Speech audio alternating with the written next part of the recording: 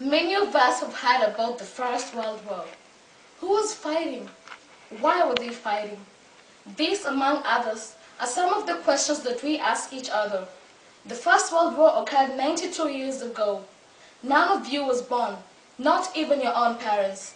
It happened for many reasons.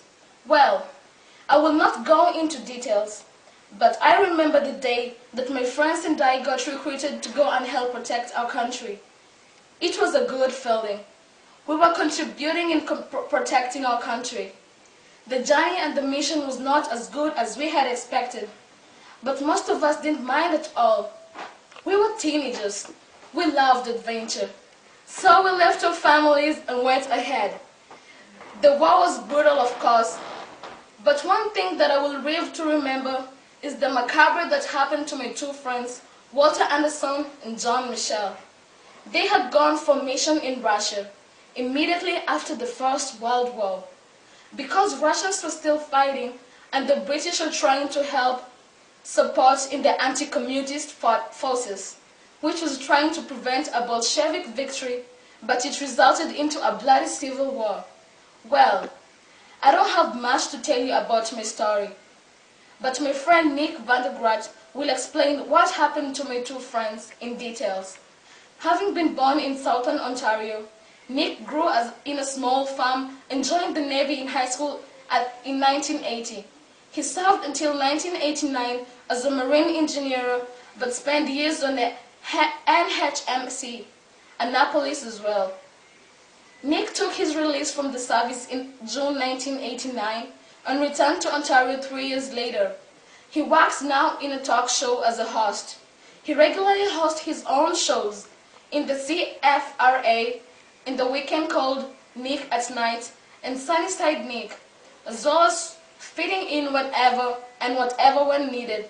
He mainly talks about the past events like the First World War, but let's see what he has to say about my two friends, Captain Walter Anderson from Toronto and Observer John Michel.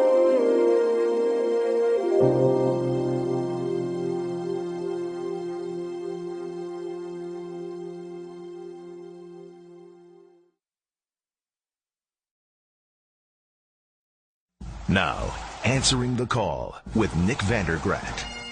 Desperate times call for desperate measures. July 30th, 1919.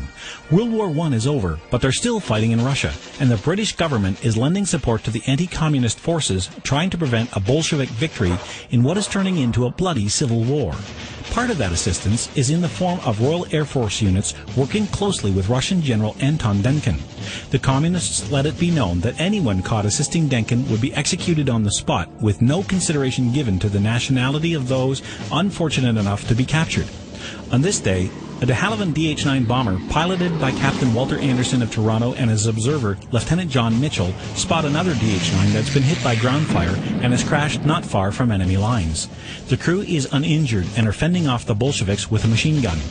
Anderson decides to rescue the downed airmen in spite of the fact that they too have suffered damage to their aircraft. The fuel tank's been shot clean through and gasoline pours from the hole, threatening both flyers with a fiery death from even the smallest spark.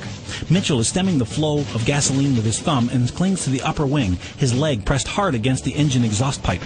The bomber bounces to a stop near the beleaguered airmen who scramble aboard. Anderson hammers the throttle to the wall, pulling the aircraft skyward, fleeing to safety, Mitchell's leg burning the whole way.